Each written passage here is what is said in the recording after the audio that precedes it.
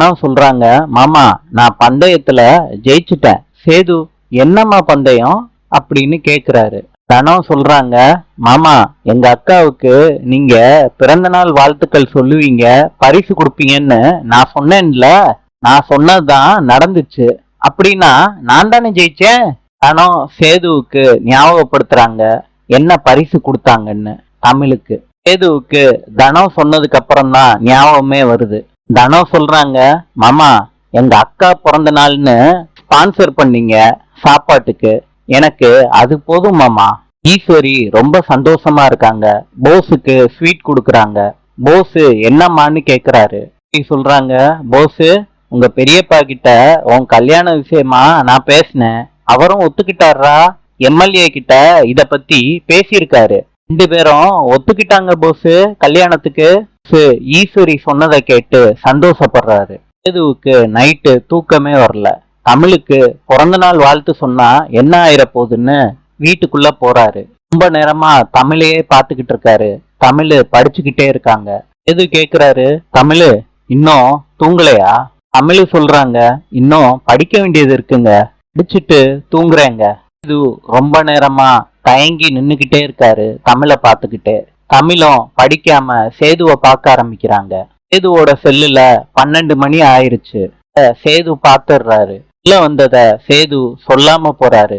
தமிழ் சொல்றாங்க, சேது ஒரு நிமிஷம், நீங்க சாப்பாடு டொனேட் பண்ணதுக்கு ரொம்ப நன்றிங்க. இது தமிழ் பேசினதை கேட்டுட்டு பழைய ஞாபகங்களோட வெளியே போய் படுக்க போறாரு. அவருக்கு சுத்தமா தூக்கமே வரல. காலேஜுக்கு வெளியே தமிழ் உட்கார்ந்துகிட்டு இருக்காங்க. அப்ப தமிழோட கிளாஸ்மேட் அழுகுறாங்க.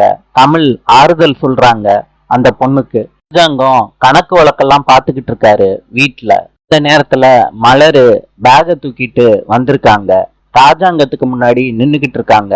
ராஜாங்கம் கேக்குறாரு, என்னம்மா ஏதாவது திருவிழான்னு உங்க அப்பா உன்னை வர சொன்னாரா?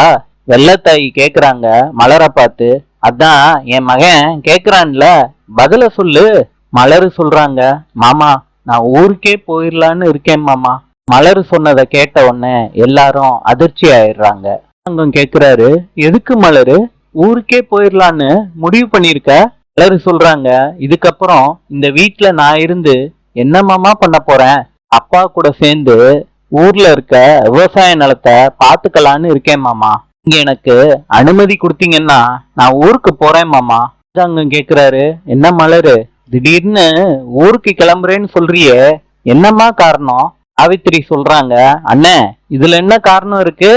மலரு போஸ் கூட வாழ முடியாது, வெட்டி விடுங்கன்னு உங்ககிட்ட கேட்டா நீங்களும் வெட்டி விட்டுட்டீங்க. போஸுக்கு வேற ஒரு கல்யாணம் பண்ண போறீங்க. ஆளை பின்ன அந்த பிள்ளை கல்யாணம் பண்ணிட்டு இந்த வீட்டுல வந்து இருக்கோம். இப்படி இருக்கிறப்ப நான் எதுக்கு இந்த வீட்டுல இருக்கணும்னு மலரு கேக்குறா. மலரு சொல்றாங்க, மாமா உங்க அனுமதிக்காண்டி நான் காத்துக்கிட்டு இருக்கேன் மாமா. நாளை சந்திப்போம்.